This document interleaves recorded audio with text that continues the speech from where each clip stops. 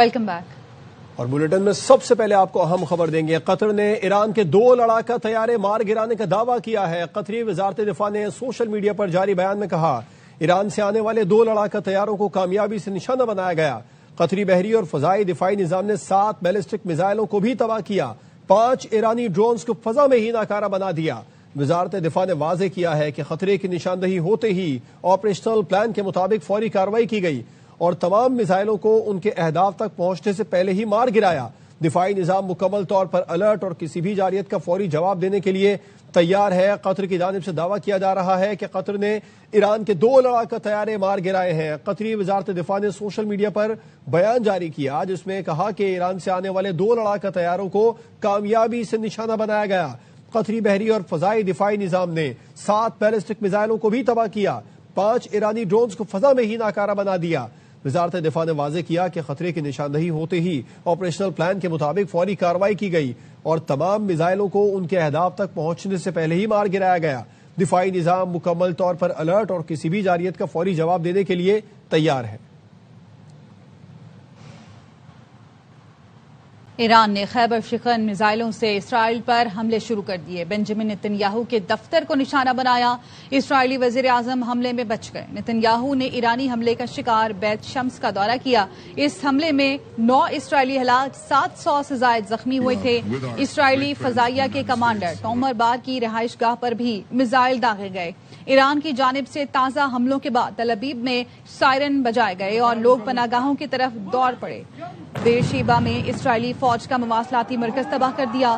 ایرانی news agency Tasnim نے تصویر جاری کر دی۔ اس سے پہلے ایرانی میزائل اور ڈرونز نے اسرائیلی دفاعی نظام کو چکما دے کر دارالحکومت تل ابیب اور مقبوضہ بیت المقدس میں بھی اہداف کو نشانہ بنایا تھا۔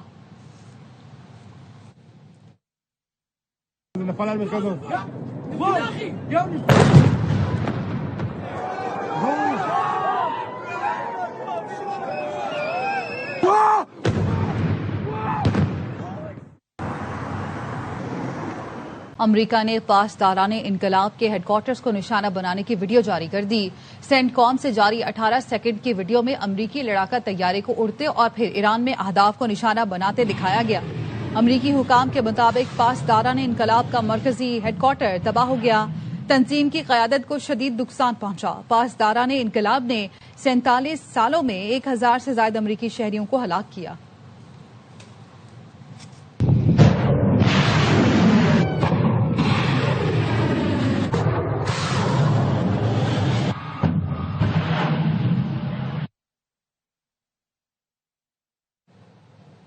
ایران پر امریکی اور اسرائیلی حملوں میں ایک چینی شہری جان سے گیا۔ 3000 سے زائد چینی شہریوں کو ایران سے بحفاظت نکال لیا گیا۔ چینی ترجمان نے چین ایران کو اینٹی شپ میزائل فراہم کرنے کی خبریں مسترد کر دیں۔ چین اور روس نے صورتحال پر سلامتی کونسل کا ہنگامی اجلاس بلانے کا مطالبہ کر دیا۔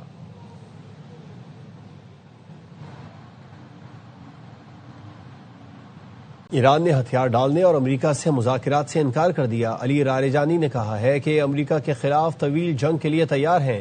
ایران کے سپریم نیشنل سیکیورٹی کونسل کے سربراہ نے ٹویٹ پر لکھا کہ ایران نے پچھلے 300 سال میں خود کسی جنگ کا آغاز نہیں کیا۔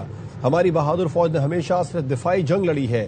ہم کسی نقصان کی فکر کیے بغیر اپنا اور اپنے 6000 سالہ تمدن کا دفاع کریں گے۔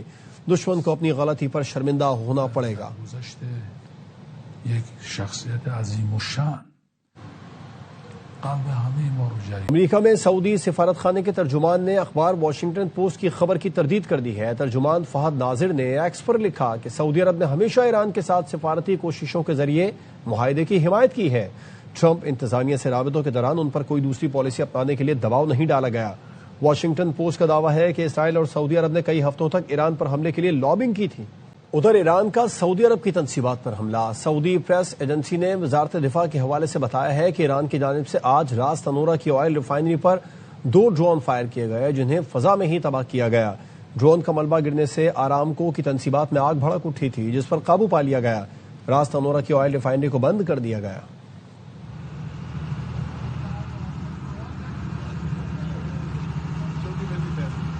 اسرائیل کے لبنان پر تازہ حملے۔ غیر ملکی میڈیا نے بتایا اسرائیل نے بیروت کے جنوبی علاقے میں رہائشی عمارتوں کو نشانہ بنایا۔ اسرائیلی حملوں میں اب تک 31 افراد جاں بحق اور 150 کے قریب زخمی ہوئے. اسرائیلی وزیر دفاع یسرائیل کاٹز نے حزب اللہ کے سربراہ نعیم قاسم کو نشانہ بنانے کا دعویٰ کیا. بیروت میں حزب اللہ کے انٹیلیجنس ہیڈ کوارٹرز کے سربراہ حسین مقلد اور حزب اللہ رہنما محمد رات بھی شہید ہو گئے. زخمیوں کی تعداد 150 سے زائد ہو گئی. اسرائیل نے 50 علاقوں کے لیے وارننگ جاری کی ہے. وزیر اعظم نواف سلام نے کہا کہ ذمہ داران کے خلاف کارروائی کی جائے گی. ایران پر اسرائیلی اور امریکی حملوں میں 555 ایرانی شہید ہو گئے. تازہ حملے میں تہران کا ایمرجنسی سروسز کا دفتر تباہ ہو گیا. عملے کو نقصان پہنچا. تہران میں گاندھی اسپتال کو بھی نشانہ بنایا گیا. وسطی شہر ساننداج پر 6 میزائل داغے گئے. کئی رہائشی عمارتیں اور پولیس اسٹیشن ملبے کا ڈھیر بن گئے. 2 شہری شہید، متعدد زخمی ہو گئے. وسطی شہر کرمان میں ایئرپورٹ کو نشانہ بنایا گیا. اسرائیلی فوج کا کہنا ہے ایران پر 30 گھنٹوں کے دوران 2000 بم گرائے گئے. اسرائیلی فوج نے ایران پر فضائی حملوں کی نئی ویڈیو جاری کر دی.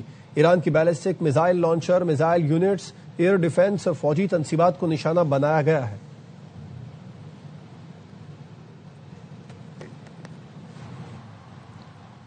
امریکی صدر ٹرمپ نے کہا ہے کہ خامنائی سمیت ایران کے اعلیٰ کمانڈر مارے گئے. محب وطن ایرانی فوری طور پر حکومت پر قبضہ کر لیں.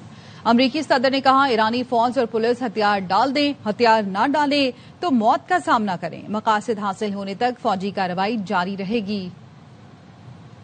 Military command is gone as well, and many of them want to surrender into saving their lives. They want immunity. Combat operations continue at this time in full force, and they will continue until all of our objectives are achieved. An Iranian regime armed with long-range missiles and nuclear weapons would be a dire threat to every American. We cannot allow a nation that raises terrorist armies to possess such weapons. They are the world's #1 state sponsor of terror. I once again urge the Revolutionary Guard, the Iranian military, police, to lay down your arms and receive full immunity or face certain death. Iranian patriots who yearn for freedom, to seize this moment, to be brave, be bold, be heroic, and take back your country. America is with you. برطانیہ نے امریکہ کو اپنے فوجی اڈے استعمال کرنے کی اجازت دے دی. برطانوی وزیر اعظم کیئر سٹارمر کا کہنا ہے کہ برطانیہ براہ راست حملوں میں شامل نہیں، صرف دفاعی تعاون کر رہا ہے. Gulf have asked us to do more to defend them.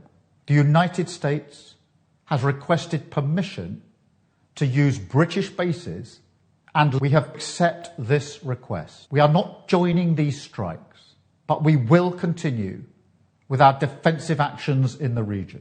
I want to be very clear. We all remember the mistakes of Iraq, and we have learned those lessons. امریکی وزیر دفاع پیٹ ہیکسٹ نے کہا ہے کہ امریکی مفاد میں کارروائیاں جاری رکھیں گے. صدر ٹرمپ کی شرطوں کے مطابق جنگ ختم کریں گے. جنگ کے آغاز سے انجام تک تمام ضابطے امریکہ نے طے کیے. امید ہے ایرانی عوام سنہری موقع سے بھرپور فائدہ اٹھائیں گے.